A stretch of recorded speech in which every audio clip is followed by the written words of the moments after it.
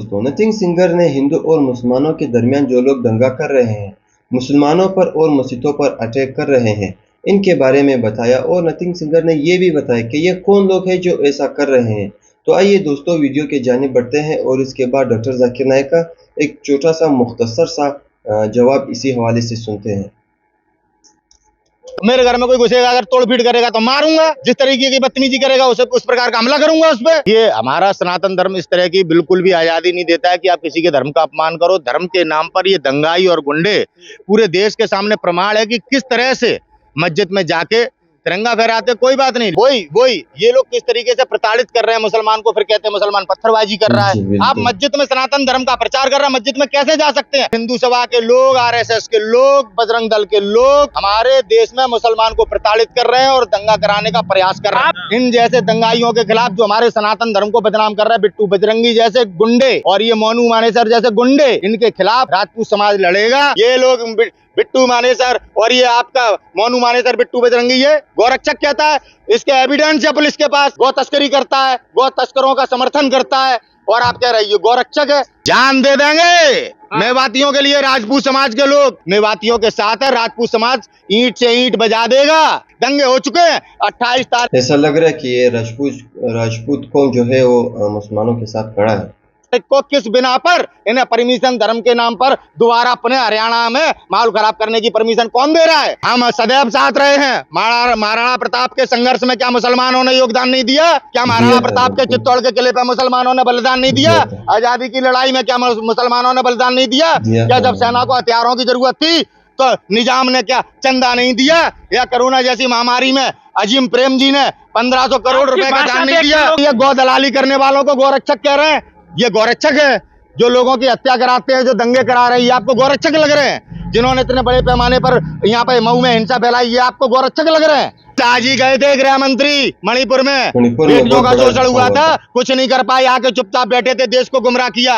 अगर वो video clip न जारी होता तो पता ही नहीं पड़ता कि मणिपुर में क्या हुआ। सरकार का फेलियर है ये। किसी को भी चाणक्य मान लोगे, किसी को भी महाराणा मान लोगे, किसी को भी धर्म का ठेकेदार मान लोगे। आज इस अज्ञानता ने देश को आर्थिक तौर पर, राजनीतिक तौर पर कमजोर कर दिया है। जैसे अफगानिस्तान पे तालिबान ने कब्जा कर लिया है, उसी प्रकार से देश पे आरएसएस कब्जा करने के लिए आगे बढ़ रही है। मोदी जी का अहंकार है ये लोकतांत्रिक देश है। यहाँ पे ऐसे तिरंगा नहीं फहराते जैसे लाल किले पे ऐसे आवाज लगा के बोल दिया है कि तिरंगा फहराएंगे। चुनाव होगा या नहीं होगा, वोट पड़ेंगे या नहीं पड़ेंगे। नरेंद्र मोदी जी आज देश में इस स्थिति में नहीं है कि वो एक रैली कर सके।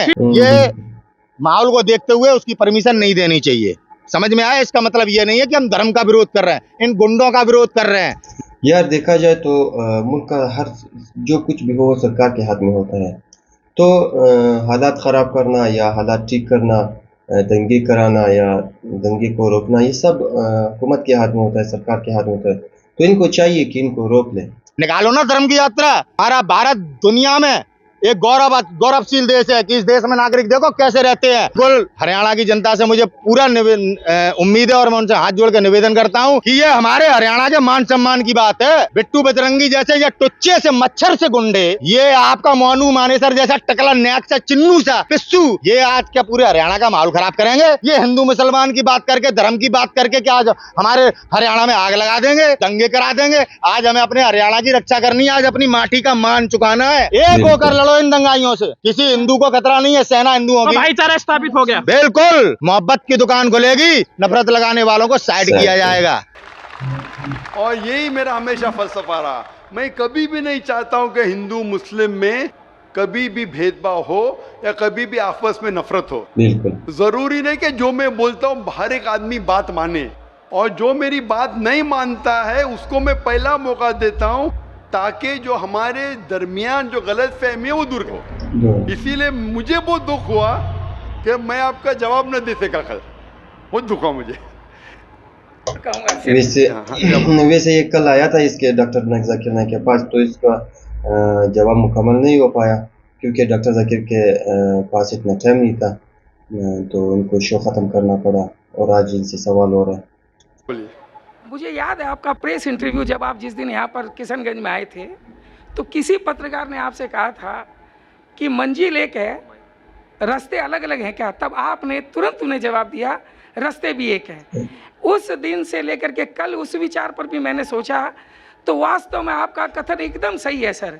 मैं इसमें थोड़ी तब्दीली करता हूँ अपने मन से कि मंजिल भी एक है सर, रास्ते भी एक है। हम हो सकता है रास्ते में अकेले चलने में थोड़ा घबरा जाते हैं, इसीलिए किसी का सहारा ले लेते हैं, मूर्ति पूजा या किसी का सहारा ले लेते हैं। बट कहीं दूर तक जाने के बाद में अल्टीमेटली आप और मैं और तू एक हो जाते हैं और फिर केवल रह जाता है हम। भाई साहब, बुचरा साहब, आप बोलते कहीं ना कहीं आगे जाके एक होते। मेरी ख्वाहिश है कि यहाँ से एक हो। अगर यहाँ से एक हो जाए ठीक बात, तो बात ही कुछ और है। थोड़ा डर लगता है सर। मैं चाहता हूँ कि आपके साथ में ज्यादा वक्त बिता, कहीं आगे जाके एक हो तो बहुत दूर हो जाएंगे, कभी हम रहे ना रहे। मेरी ख्वाहिश है कि हिंदू मुस्लिम यहाँ से एक हो। सर ऐसा है, हम आपके बनस्पत हो सकता है थोड़े कमजोर दिल के हो सर, इंशाल्लाह, इसीलिए हमें किसी सहारे की दरकार पड़ती है। अब बाकी कहीं ना कहीं हम मिलते जरूर हैं सर आपसे। बहुत बहुत शुक्रिया। और जो आपके पहले जो भाई साहब ने सवाल भी किया था, जो जैन साहब थे, लोग को कभी कभी बुरा लगता है, मैंने ये कहा भाई आप भी मेरे कुरान में से कुछ ऐसी चीज बताओ जो आपके भगवत गीता, आपके वेद से मिलते, वो मैं 100% मानूंगा। मैं डबल स्टैंडर्ड नहीं हूँ, लोग को लगता है क्योंकि मैं इससे बात करता हूँ। लेकिन जो लोग तहकीक करते वो मेरे करीब आते, जो लोग तहकीक नहीं करते वो हो सकता है मुझसे दूर जाते। लेकिन अक्सर जितने गैर मुसलमान मेरे तकरीर सुनते, अक्सरियत में बोल सकता हूँ क्या मोर देन 80%, अल्हम्दुलिल्लाह 80% से ज़्यादा। अभी वो 90 है क्या 85 वो मैं नहीं कह सकता हूँ, या 95 है, लेकिन 80% से ज़्यादा माशाल्लाह जितने गैर मुसलमानों से मिलता हूँ, हो सकता है 90% से ज़्यादा, वो जब जानते हैं कि मैं दोगलेपना नहीं करता हूँ। जैसे बाकी जितने धार्मिक के हैं, धार्मिक प्रचार करने वाले, मैं बोलता हूँ आपने ये कि आप मानेंगे नहीं मानते, मैं कहता हूँ कि धार्मिक किताबों पे अमल करो और जो यकसा है कम से कम उस पर अमल करो, जो डिफरेंस है वो बाद में। क्योंकि जो आपने कहा मैं भगवत गीता से भी कोट कर सकता था, क्योंकि भगवत गीता है वो निचोड़ है वेद की।